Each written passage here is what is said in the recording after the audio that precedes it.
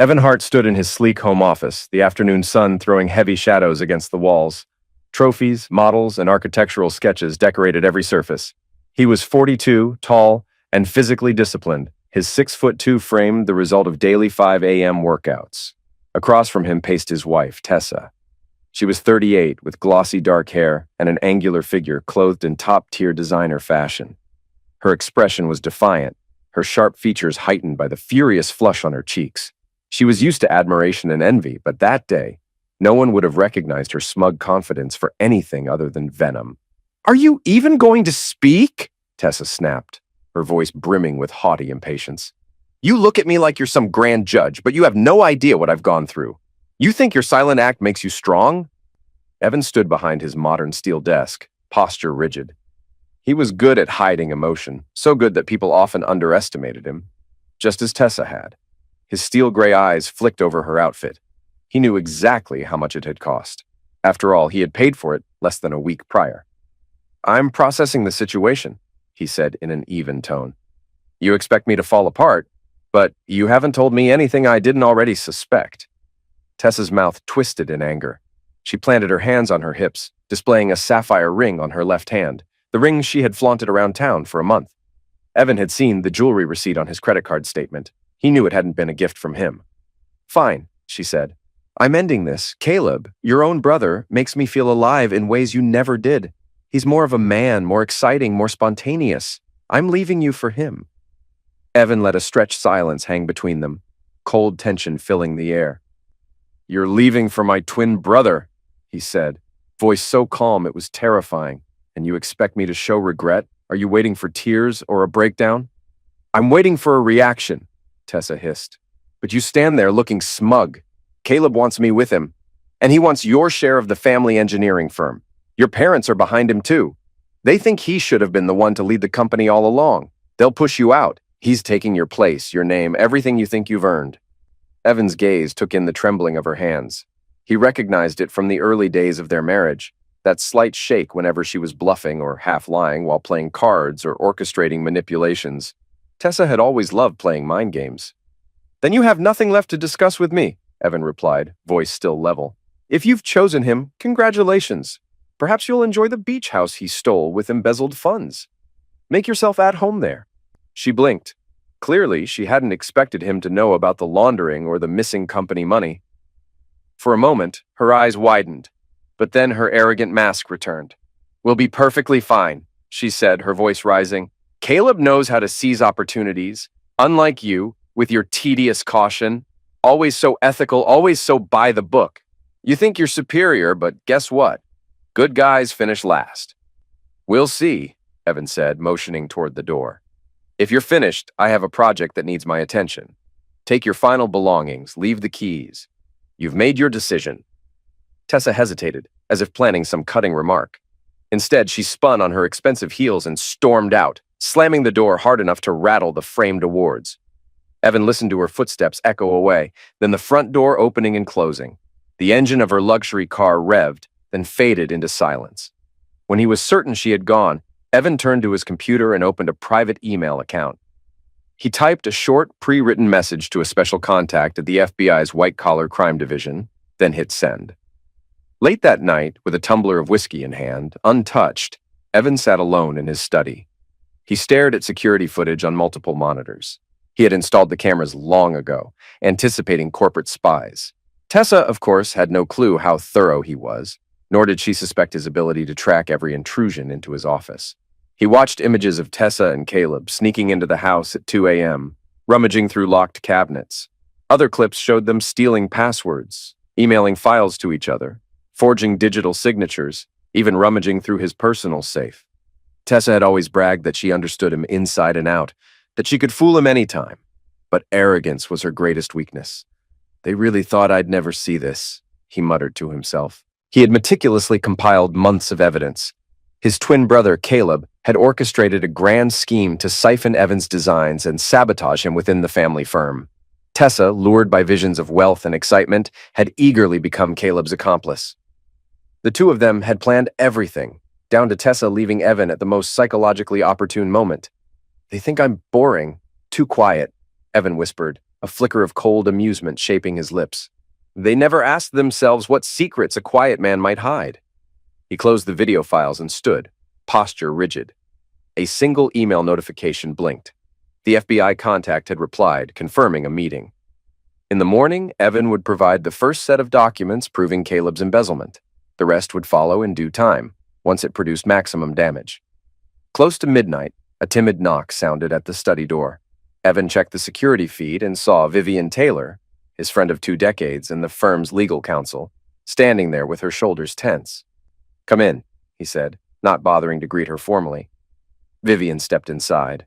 Her hair was disheveled, and her eyes were puffy from crying.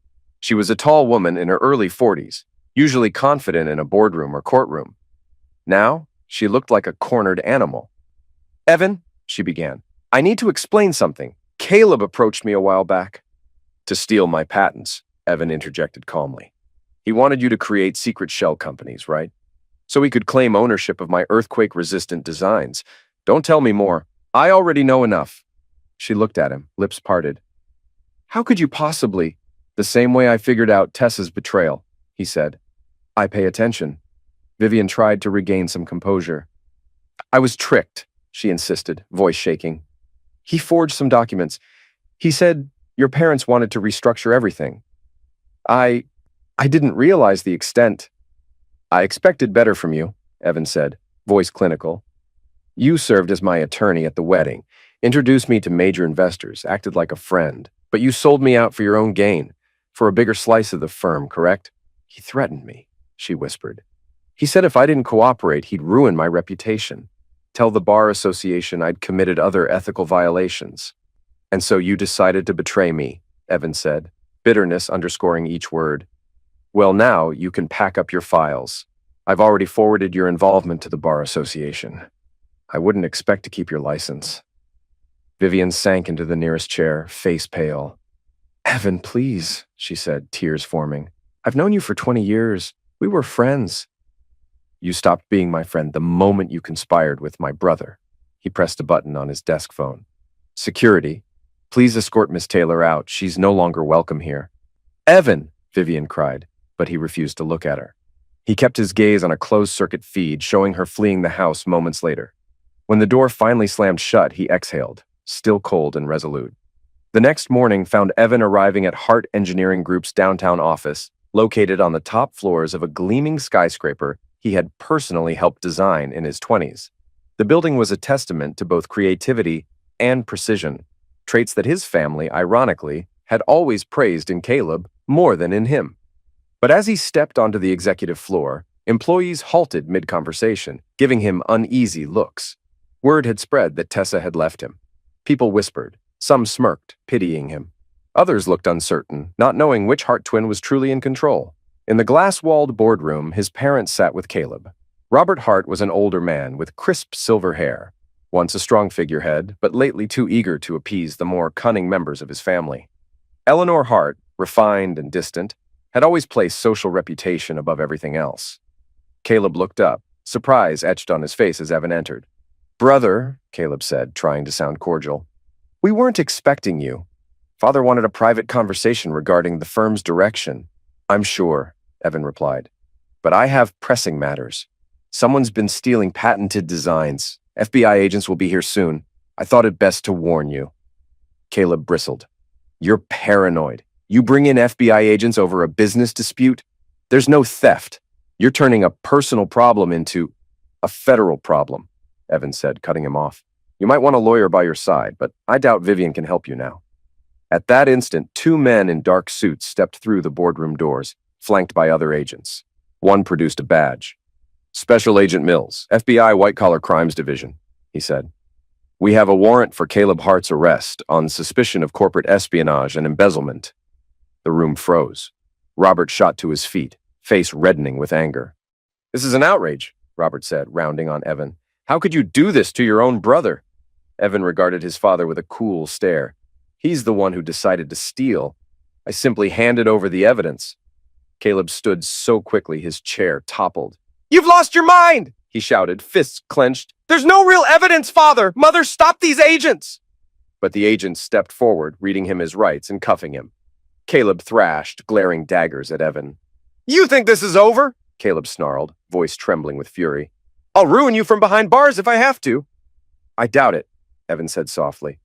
Eleanor Hart grabbed her husband's arm, her eyes wide with shock and fear. But neither parent could halt the arrest. They stood there powerless as agents led Caleb away. Evan moved to one side, letting them pass. He noticed with detached amusement that Caleb's expensive suit had begun to tear at the shoulder from the struggle. We'll talk later, Evan told his parents. We'll see what the board decides, especially concerning the millions of dollars missing from the company accounts. His mother opened her mouth, but no words came out. Robert sputtered, unable to conjure the usual paternal commands. They'd never seen Evan so calm, so methodical, so ruthless. You can't do this to our family, Eleanor finally managed. You'd be surprised what I can do, Evan said, stepping out into the hallway. In another corner office, a senior project manager named Dean Langley watched the scene unfold from behind partially drawn blinds. He had long resented Evan for overshadowing him. Now, with Caleb arrested, rumors buzzed that Evan was dangerously unhinged. Dean placed a call to Tessa, who answered on the second ring. What do you have for me? She demanded, her tone arrogant and impatient. I'm stuck in a hotel suite I hate, listening to reporters call me a traitor. I've gathered files on Evan's upcoming designs, Dean said, his voice low. I can make it appear that he's made catastrophic errors. If the board believes he's a liability, he'll be forced out. That's exactly what I need, Tessa said, letting out an exasperated breath. Caleb's gone. The family is in chaos, and the only way I'm getting anything out of this marriage is if I turn the blame back on Evan, make him look incompetent or even criminal. Then I can claim his meltdown caused all this, and I'll salvage some money in the divorce. I'll show the board everything tomorrow, Dean replied, lips curving into a sly grin. Then if all goes according to plan, Evan gets axed, you get your slice, and I step into a leadership role. We can squeeze him out permanently. Caleb said Evan was paranoid, Tessa mused. That might help your case. No one will trust a man who can't keep his mind steady. Trust me, Dean said. By this time tomorrow, the board will want Evan gone. They ended the call. Dean's face shone with smug satisfaction. He had no idea that on Evan's hidden surveillance feed, every word was being recorded. In his personal office, Evan watched Dean's call in real time. On another screen, Tessa's face appeared, pacing in her suite. She looked exhausted, but an icy determination shone in her eyes. Still so sure of yourself, Evan murmured, hooking a thumb over the phone's next message. A single text from Tessa blinked. I'll destroy you. I hope you realize you forced me to do this. He closed it. With a few keystrokes, Evan pulled up a meticulously organized directory labeled Project Faithful. One by one, he opened files detailing every insider scheme Dean had run over the last few years. Kickbacks, shady deals, hidden accounts. Evan had known about these side hustles for some time. A cat bides its time before pouncing on the unsuspecting prey. Tomorrow, he said quietly. He'll make his move, and I'll be waiting. That evening, he walked the deserted halls of Hart Engineering, stopping by the model room to check his scale prototypes. The faint hum of the air conditioning was the only sound. He ran a hand across a polished architectural mock-up. Years ago, he had been naive, believing family loyalty trumped greed. Yet even back then, he had quietly collected data to protect himself. Now those precautions would serve him well. The next morning, the board convened in the largest conference room. Floor-to-ceiling windows revealed the city skyline. The mood was tense. Most board members had arrived early, whispering about the FBI's recent appearance. Evan entered with serene composure. He took a seat near the corner, flipping through documents on his tablet. Dean cleared his throat, connecting his laptop to a projector. Thank you for assembling, Dean said, adopting a grave expression. We need to address a critical concern regarding Mr. Evan Hart's engineering calculations on our new earthquake-resistant bridge project. Slides filled the screen, showing complicated stress analyses with bright red annotations. As you can see, Dean continued, these figures are dangerously off. If we move forward with these plans, there could be catastrophic failures. Loss of life, lawsuits. He trailed off, letting the horrifying implications sink in. Board members looked alarmed. Tessa, who had somehow managed to be present despite her personal disgrace, feigned shock. He's been under emotional distress, Tessa said, her voice heavy with pretended sincerity. I hate to say it, but Caleb always warned that Evan might be unstable. Dean nodded solemnly, pressing forward. For the safety of the company, we need to remove Evan from active design work, possibly from his position entirely. There's no telling how long these errors have been going on. He clicked to the next slide, but the projector flickered, revealing a corrupted file symbol. A sudden hush fell over the room. Then the lights in the boardroom brightened, and a new set of slides replaced Dean's doctored ones. These displayed bank transfers, offshore accounts in Dean's name, and emails detailing bribery. Dean's face lost color. What is this? He stammered, yanking at the laptop cable. Evan stood. It appears we have an unexpected slideshow, Dean, he said, voice crisp. I'd suggest you start explaining your own figures, like these $200,000 transfers from contractors to your personal account in the Caymans. I wonder how the FBI might interpret such data. Several board members exchanged shocked glances. Dean, one of them said, voice trembling with anger. Is this for real? We had no idea. This is a setup, Dean gasped, eyes darting. Evan's framing me. He's paranoid, making up stories. Suddenly, men in dark suits entered. One stepped forward, holding up a badge. Special Agent Nelson, FBI, he said. Mr. Langley, we have evidence of fraud and illegal kickbacks under your management. You're coming with us. Dean shoved back his chair, attempting to flee, but the agents wrestled him into handcuffs. His face burned red as he screamed at Evan, You bastard! You set me up! You're the villain here! If that's what you want to call it, Evan said with a detached shrug. Tessa glanced around, dread dawning in her eyes. She slipped toward the door, but Agent Nelson motioned for her to stop. Mrs. Hart, we'd also like to speak with you regarding certain design thefts you may have aided, he said, not quite placing her under arrest, but making it clear she was a person of interest. The board sat in stunned silence as Dean was hauled out, cursing, tears rolling down his cheeks. Tessa's face lost its arrogant composure, replaced by a flicker of real fear. I might need a lawyer, she said, swallowing hard. Evan calmly turned off the projector. He faced the board, whose members looked rattled. We have real calculations here, he said, tapping a thick binder. All verified by independent experts, pristine and safe. There are no errors, as you'll see once you read the genuine reports. My designs are sound. It's the sabotage that wasn't. That same afternoon, Evan received frantic texts from Robert and Eleanor, summoning him to the family mansion. He arrived to find them in the foyer, pacing anxiously. They had once lived in regal comfort, hosting galas and fundraisers. Now the house felt stripped of that usual glamour, as though the tension had stained every elegant marble tile. Evan, Robert barked, what have you done? Caleb's facing serious prison time, and the FBI is tearing apart the firm's records. Yes, Eleanor added, wringing her hands. And they're talking about tax irregularities, mentioning us. Our lawyers say we may have to give sworn statements. Evan regarded them without warmth. Why are you surprised? Caleb siphoned millions. You both turned a blind eye, awarding him secret shares while ignoring my warnings. You never offered me support. Now the government is asking questions you can't answer. He's our son, Eleanor exclaimed. We were just helping him succeed. We never thought you'd betray him to the authorities. You're his twin. He betrayed me first, Evan replied, voice darker. And you helped him do it. Did you think the IRS wouldn't uncover those hidden shares you transferred to him? The law is quite unforgiving about unreported assets. Robert's face went from red to pale. Evan, he said softly, we're a family. You can't just let your mother and me be publicly humiliated. This could destroy our reputation. We'll lose our standing in every social circle we've built for decades. That's exactly what's going to happen, Evan answered, his calm gaze never wavering. I'm not offering any help. You chose to side with him. Now you face the consequences. We're old, Eleanor wept. We can't start over if the authorities seize our assets. The media coverage alone. You should have considered that earlier, Evan said. You treated me like a commodity, easy to manipulate.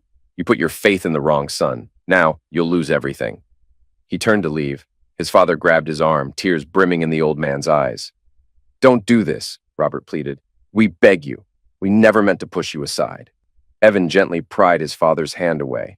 You'll hear from the IRS soon.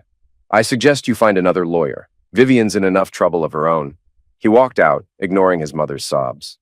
A trace of bitterness gnawed at him, but he reminded himself of every slight, every time they dismissed his accomplishments in favor of Caleb's empty bravado. Justice had arrived, and it wasn't gentle. Tessa was at a swanky hotel bar that evening, still dressed in the same designer outfit, but looking worn around the edges. She had ordered 2 glasses of overpriced champagne and kept checking her phone, hoping to salvage any piece of her old life. Evan surprised her by taking the bar stool next to hers. Her eyes flicked with a mixture of annoyance and relief. like a gambler hoping for one last chance to come out on top. "Hello, Tessa," he said coolly. She shot him a sideways glare, then pretended to calm herself. "I have nothing to say to you," she said, lifting the champagne flute and drinking deeply. "You told Dean you'd destroy me if I didn't see reason," Evan replied. "Now he's in custody, along with my brother. Yet here you are. Care to share how you plan to keep that promise?" She set the glass down. "I should have known you were always a snake," she said, her voice trembling with frustration. "So quiet, so smug. You think you've won, but you've destroyed your own family. You're monstrous." "I warned you never to cross me," Evan said, leaning in slightly. "You assumed my silence made me weak. Tell me, do you regret your choice of partner?" "You want to see me on my knees, begging forgiveness?" Tessa hissed. "I'd rather die. I'll never beg you for anything." He watched her eyes dart about, noticing that nobody in the bar was paying attention to them. He gave a small, chilling smile. "Suit yourself," he said. "The divorce settlement is final. You walked away with almost nothing. The firm's about to blacklist you from any future dealings, and the money Caleb promised you is gone, tied up in legal fees for his defense." "You can't leave me penniless," Tessa spat, trying to hide her panic. "I have years invested in your success. I supported you. I built you." "You built nothing," he replied coldly. "You pranced around on my dime, flaunting your shallow ambitions, and now the credit cards are cut. You've lost everything. But don't worry, I've arranged that if you ever try to tell all about me, you'll be sued for defamation. Your name alone is worthless, and any story you try to sell about my personal life will earn you a lawsuit you can't afford to fight." Tessa's manicured hand trembled around the champagne flute. "You're a monster," she said again. "I underestimated just how cruel you could be." "I'm only as cruel as you forced me to be," he answered, standing up. "Enjoy your evening, Tessa. The hotel bill's on you." He turned and left, ignoring the wave of angry tears that spilled down her cheeks. He had wanted to see if she had a last trick up her sleeve. She didn't. Days bled into weeks. Caleb's case escalated. More evidence surfaced. Shell companies, falsified ledgers, bribes to city officials. Tessa fell deeper into debt, hounded by reporters. Robert and Eleanor found themselves in the middle of a tax evasion scandal that threatened to strip them of every luxury they had ever owned. Vivian lost her law license and faced possible criminal charges for helping Caleb set up fraudulent transfers. Evan rarely slept more than a few hours, spending his nights coordinating with federal investigators. He fed them every hidden detail, every email thread. The more he revealed, the harsher the legal storm became for his enemies. In quiet corners of the city, Tessa tried to find new benefactors, new men to trick. But each time her reputation preceded her. She found doors slammed in her face. She made desperate phone calls to old friends, some of whom had once idolized her. None would lend her the money she needed to maintain her designer life. Meanwhile, in prison, Caleb fought to get bail, fought to reduce charges, fought for a moment of freedom. But each new hearing brought more damning revelations from Evan's files. The evidence was incontrovertible. 3 months later, Evan made an unannounced visit to the county jail. He stood in a small, cramped visiting chamber with fluorescent lights. Across from him, separated by thick glass, sat Caleb, wrists chained. "You," Caleb said, his voice rasping with anger. "Why are you here? Come to gloat?" "Maybe," Evan said, slipping into the chair opposite his twin. They shared the same sharp facial structure, the same height, but everything else was vastly different. "I'm not signing any plea," Caleb growled. "They claim I can reduce my sentence by cooperating." "Screw that. I won't sell out Mom and Dad just to get a shorter term." "You mean you can't," Evan corrected. "The feds already have enough on them thanks to certain documents I provided." Caleb let out a hollow laugh. "Your sense of loyalty is twisted. Those are our parents. You destroyed them, destroyed me, humiliated Tessa. You have no heart, Evan." "An interesting accusation," Evan said, voice measured. "You committed fraud, tried to bury me. You seduced my wife, or maybe she seduced you. Doesn't matter. You conspired to take everything I built, and you expected me to roll over." He leaned closer to the glass. "I'm just better at finishing what you started, and I don't stop until it's complete." "You're insane," Caleb said, eyes burning. Evan rose. "Enjoy your time here. You'll have years to think about how you underestimated me." Caleb stood, rattling his chains. "You bastard, I'll never forgive—" "I'm not asking for forgiveness," Evan cut in, turning away. "You're nothing to me now." He left the visitation area, the guard slamming a metal door behind him. For a moment, the finality of it all felt weighty. But then the old anger lit his chest again. His brother's fate was sealed. Hard engineering faced scrutiny, but Evan cooperated fully. Loyal board members were rewarded. Those who backed Caleb or Dean were fired, indicted, or fled. He restructured the firm, tightened security, and helped expose a corporate corruption ring, earning praise from the FBI. A year later, he stood at the unveiling of his earthquake-resistant bridge, a sleek marvel spanning the city's river. Cameras flashed as officials called him the genius behind the design. Accepting a plaque, he simply dedicated the project to integrity in engineering. No one knew how close he had come to losing faith in those ideals. Meanwhile, Tessa drifted through cheap apartments, unable to maintain her old lifestyle. Her desperate messages piled up. "We need to talk. I'm sorry. Please help me. I can explain why I did it." Evan never replied. His parents, forced to sell the mansion, begged for support. He ignored them. They had chosen their favorite son, a criminal. Vivian was disbarred, drowning in debt. If she ever tried to rebuild her career, Evan ensured the ethics board had everything needed to keep her out. Although Evan's vengeance seemed complete, certain rumors indicated Tessa might still be searching for a final shot at him. Word reached him that she'd contacted shady private investigators, hoping to uncover secrets that could blackmail Evan. Realizing she hadn't learned her lesson, Evan decided to deliver a more punishing blow. A quiet arrangement was made with several security consultants and 2 ex-military operatives who specialized in legal intimidation tactics. They documented Tessa's attempts to break into corporate properties, forging keys or bribing staff to access restricted areas. One rainy night, Tessa actually tried to slip onto a construction site for Evan's new building, presumably to find something incriminating. She ended up cornered by 2 men in black tactical gear, part of Evan's private security team. They seized her camera, rummaged through her notes, found nothing but desperate fantasies about bringing Evan down. "Let me go!" she shrieked, heart pounding. "You're trespassing," one of the men said coldly. "We have enough evidence to press charges." "How do you think a new felony will look on your record, Miss Bowen?" She stood there, drenched, trembling. "I'll do anything," she whispered. "Don't arrest me." "If you come near Mr. Hart's property again," the man warned, leaning in close, "we'll make sure you're locked up for years." They dumped Tessa onto the sidewalk, soaked and sobbing. By dawn, Evan had the security footage. He watched once, then archived it, ready in case she ever tried another stunt. 2 years later, Caleb was sentenced to 10 years. Robert and Eleanor pleaded guilty to tax violations, stripped of their status. Vivian's appeals failed. Dean served time for fraud. Tessa faded into obscurity. Each holiday, Evan received hollow apologies from his parents. He tossed them into the fire. Tessa's desperate emails claimed she was manipulated, blamed Evan for being cold, begged for money, shelter, anything. He deleted them all. Evan expanded hard engineering, building a reputation for innovation and quiet, ruthless efficiency. No one dared cross him again.